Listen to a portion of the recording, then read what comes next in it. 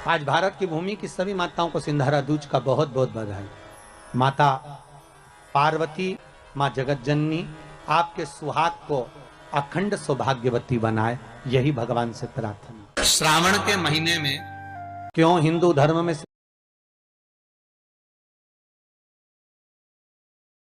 यही भगवान से प्रार्थना। श्रावण के महीने में क्यों हिंदू धर्म में सिंधारा दूज मनाई जाती है, किस लिए? आज पूरे भारत की भूमि पर कई माताएं हाथ में मेहंदियां लगाती हैं, चूड़ियां पहनती हैं, सुंदर चुनरी पहनती हैं, मां पूजन करती हैं, माता का आराधना करती हैं। सिंधारा दूज, उसका कारण केवल इतना सा है, सिंधारा दूज का मतलब यह होता है कि चंचुला देवी जब 14 दिन तक शंकर और पार्वती अपने गुफा में से बाहर नहीं निकले शिव महापुराण के यजमान बनने के लिए, तब माता चंचुला देवी ने हाथ जोड़कर मां जगत जननी जगदम्बा को सुंदर वस्त्र, सुंदर चूड़ियां, सुंदर आभूषण माता के चरणों में ले जाकर समर्पित करे थे और कहा, मां इन चूड़ियों को जो मैं दे रही हूं, ये लाल चूड़ी, ये लाल श्रृंगार, ये लाल वस्त्र, जो लाल चूनर जो मैं प्रदान कर रही हूं, मां बस ऐसी कृपा कर दे कि तू इन चूनर को धारण करे और मेरा भी सौभाग्य, मेरा भी सुहाग अमर कर दे, बस इतनी कृपा मेरे ऊपर कर दे। वो सिंधारा दूज का महत्व है। आज भारत की भूमि की सभी माताओं को सिंधारा दूज का बहुत बहुत बधाई। माता पार्वती, मां जगत जननी आपके सुहाग को अखंड सौभाग्यवती बनाए, यही भगवान से प्रार्थना। सती में और पार्वती में एक अंतर भारी है। सती मां धनवान है और पार्वती मैया गुणवान है। इसलिए पूरी दुनिया में जितने भी व्रत हैं, पूरी भारत की भूमि पर जितने व्रत होते हैं, कोई व्रत लक्ष्मी जी का नहीं है, भारत की भूमि पर कोई व्रत सरस्वती मैया का नहीं है, भारत की भूमि पर कोई व्रत इंद्राणी का नहीं है, भारत की भूमि पर कोई व्रत किसी देवी का नहीं है। जितना भारत की भूमि पर एक व्रत भारी है वो है माता पार्वती जी का। तीज का व्रत करोगे तो पार्वती जी का है, चतुर्थी का व्रत करोगे तो पार्वती जी का है, छठ का व्रत करोगे तो पार्वती जी का है। आप जितने व्रत देवी जी का करोगे नवरात्र में तो पार्वती जी का है। भारत की भूमि पर जितने व्रत हुए नारियों के, छोटी तीज, बड़ी तीज, हरतालिका तीज, करवा चौथ, जितने चतुर्थी के व्रत, जितने तीज के व्रत, जितने छठ के व्रत, जितने भारत की भूमि पर हुए, ये सब माता पार्वती जी के हैं। पार्वती के क्यों हैं? क्योंकि धनवान और गुणवान में अंतर है। मां पार्वती गुणवान है, इसलिए माताएं उनके व्रत कर कर अपने अंदर भी वो गुण उत्पन्न करना चाहती हैं कि हम भी ऐसा तप करें, हम भी ऐसी साधना करें। हे माता पार्वती, जैसे आपका अखंड सौभाग्य है, हे मां जगत जननी हमारा भी मांग में अखंड सौभाग्य रहे। जैसे आपके चूड़े अमर हैं, हे मां हमारे हाथ में भी चूड़े अमर हो। हे मां जैसे आपके भाल की बिंदी अमर है, मां मेरे भाल की बिंदी भी अमर हो। हे मां जैसे आपके नैनों का सुरमा, बालों का गजरा अमर है, हे माता पार्वती हमारे भी नैनों का सुरमा और बालों का गजरा अमर कर देना। बस इतनी सी कृपा नारी माता पार्वती से मांगा करती है, मां पार्वती से चाहती है। सूचक वस्तुओं का जो दान करता है वो जीवन में कभी विधवा नहीं होता। महाराज वो 8 वस्तुएं बताई हैं। पहला कुमकुम, दूसरा पुष्प, चाहे लाल हो, चाहे सफेद हो, चाहे पीला हो, पुष्प कोई भी हो। तीसरे नंबर पर है चंदन, चौथे नंबर पर है तांबुल, 5वें नंबर पर है काजल, छठे नंबर पर है ईख, क्या बोलते हैं यहाँ पर ईख को, क्या बोलते हैं? गन्ना, ईख। 7वें नंबर पर है लौंग, खाने वाली जो लौंग होती है, लौंग। और 7वें नंबर पर है, 8वें नंबर पर है जीरा।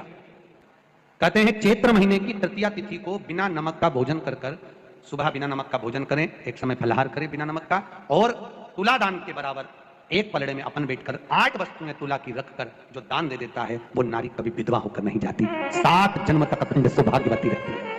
अखंड कार्य करेंगे तो भी सौभाग्य की सामग्री देंगे। सौभाग्य की सामग्री का दान क्यों किया जाता है?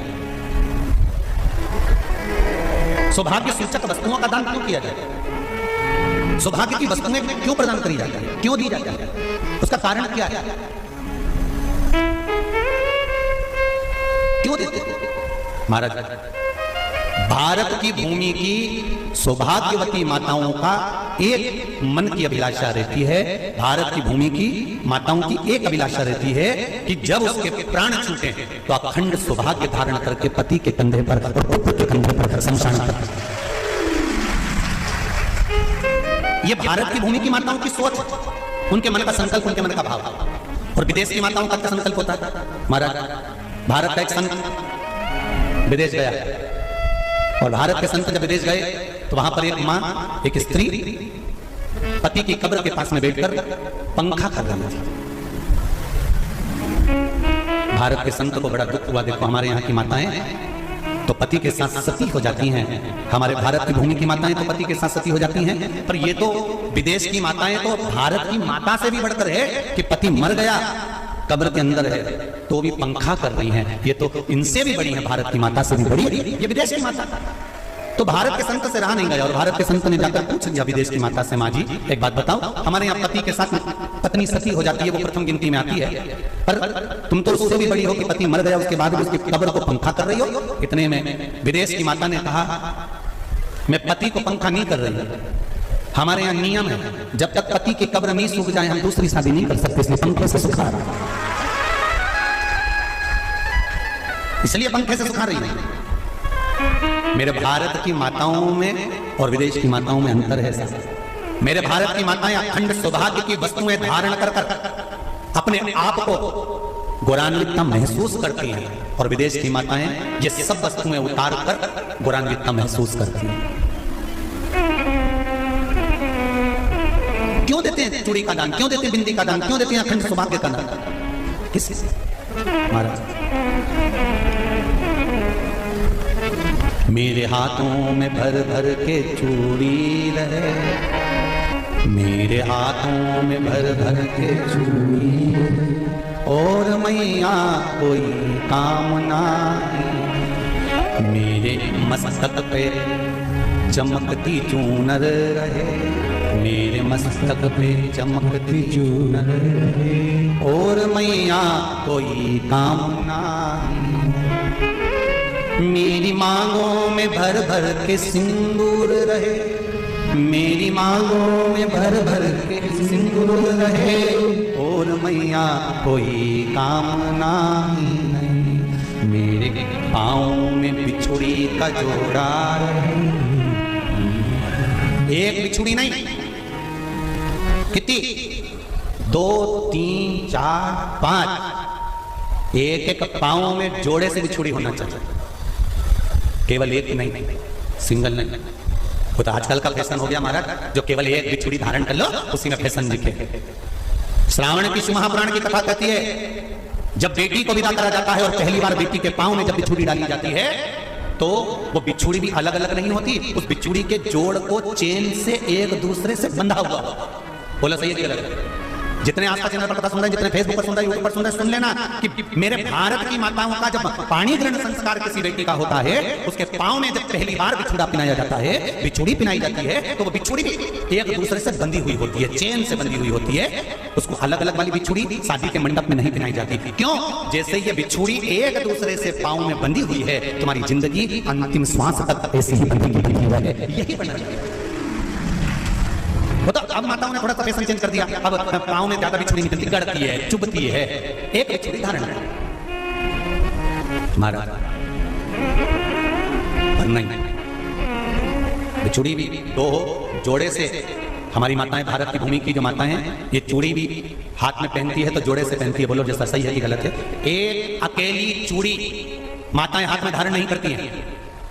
अगर भारत की भूमि की संस्कारित माताएं हैं और भारत की भूमि की सभ्यता और संस्कृति को जानती है तो अकेली चूड़ी नहीं, जोड़े की चूड़ी पहनेगी, 2 चूड़ा डालेगी, 4 डालेगी, 12 डालेगी, पर सिंगल नहीं, अकेली।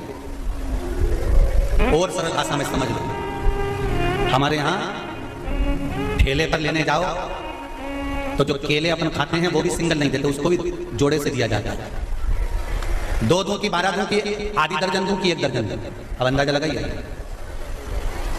हमारे यहाँ देने का भी एक भाव। श्रावण के महीने की शिव महापुराण की कथा जिसका नाम है श्रावण शिव महापुराण की कथा ये कहती है कि पार्वती जी ने और गंगा जी ने ये चतुर्मास में जितना सौभाग्य का दान दिया है उनके बराबर दुनिया का कोई व्यक्ति इतना सौभाग्य का दान नहीं दे सकता जो माता गंगा और पार्वती दोनों दान दे प्रतिदिन दे रहे।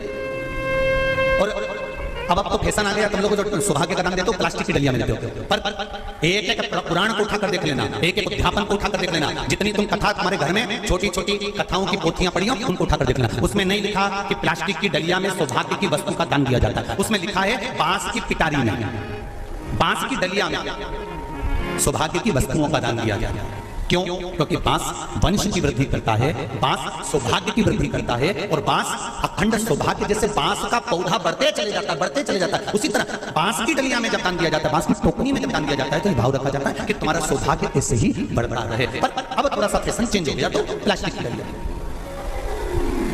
पर प्लास्टिक की नहीं,